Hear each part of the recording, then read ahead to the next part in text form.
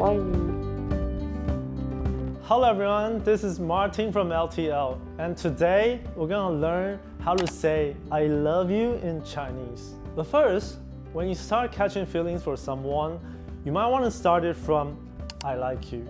In Chinese, that is 我喜欢你. 我喜欢你. And if you want to say it back to someone, you can say 我也喜欢你. 我也喜欢你. And after dating for a while, you might want to drop the L bomb. You can say I love you, which in Chinese is 我爱你. 我爱你. And to say I love you too, you can use 我也爱你.